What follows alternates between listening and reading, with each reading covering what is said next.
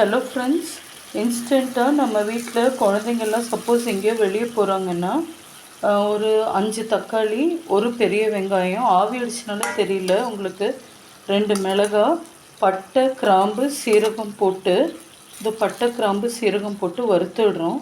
அப்புறம் மஞ்சள் பொடி போட்டு, தேங்காய் எண்ணெய் போட்டு நல்லா சாட் பண்ணிக்கிறோம். நல்லா முக்கால் பதம் வெந்துடும். இப்போ சுருண்டு வந்துடும். அப்போ தண்ணி ஊற்றி இறக்கிக்கலாம். இது மாதிரி நீராக இருந்தாலும் அந்த குழம்பு வந்து பித்தத்தை எடுத்துடும். தேவைப்பட்டால் புளி போட்டுக்கலாம்.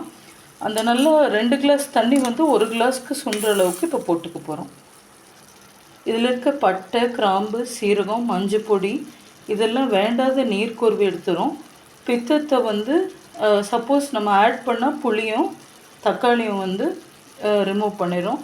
This is also heart friendly and லங்ஸ்க்கு ரொம்ப நல்லது. குழந்தைங்களுக்கு சளி கட்டுறப்ப, ஃபீவர் இருக்கப்போ வாய் அந்த வலுவழுப்புக்கு இது ரொம்ப நல்லாயிருக்கும். இப்போ தண்ணி ஊற்றி இதை கொதிக்க வச்சு சட்னி ஆக்கிட்டு காமிக்கிறேன். கொத்தமல்லி மட்டும் இருந்தால் போட்டு இறக்கிருங்க, என்கிட்ட இல்லை. நல்லா இப்போ கொதி வர்றப்போ ஒரு கை பூண்டு, பெப்பர் போட்டிருக்கேன், சொல்ல மறந்துட்டேன் ஃப்ரெண்ட்ஸ்.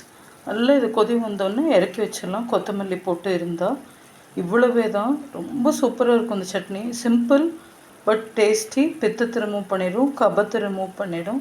நீங்களும் ட்ரை பண்ணி பாருங்கள். ஸோ ஃப்ரெண்ட்ஸ், இன்றைக்கி நம்ம வீட்டில் அவசரமாக ஒரு 15 மினிட்ஸில் செய்கிற மாதிரி பூண்டு, இஞ்சி, சுக்கு, அப்புறம் வந்து குருமிளகு பொடி, வரமிளகாய், பட்டை, கிராம்பு போட்டு, மஞ்சள் பொடி, உப்பு போட்டு, தக்காளி 5, ஒரு பெரிய வெங்காயம், கை நிறைய பூண்டு போட்டு ஒரு சிம்பிளான சட்னி செஞ்சுருக்கேன். இது இட்லிக்கு, அப்புறம் வந்து சப்பாத்திக்கு எல்லாத்துக்கும் சூட் ஆகும். வெர்சிட்டைலாக இருக்கும். இது வந்து செஸ்ட் ஃப்ளேமுக்கும் அப்புறம் வந்து ஹார்ட் பேஷண்ட்ஸ்க்கும் ரொம்ப சேஃப். ஏன்னா தக்காளி நிறைய ஆஸ்பிரின்னு, மற்ற ஸ்பைசஸ் எல்லாம் வந்து ஃப்ளெம்மை வந்து மைக்ரேட் பண்ணிடும்.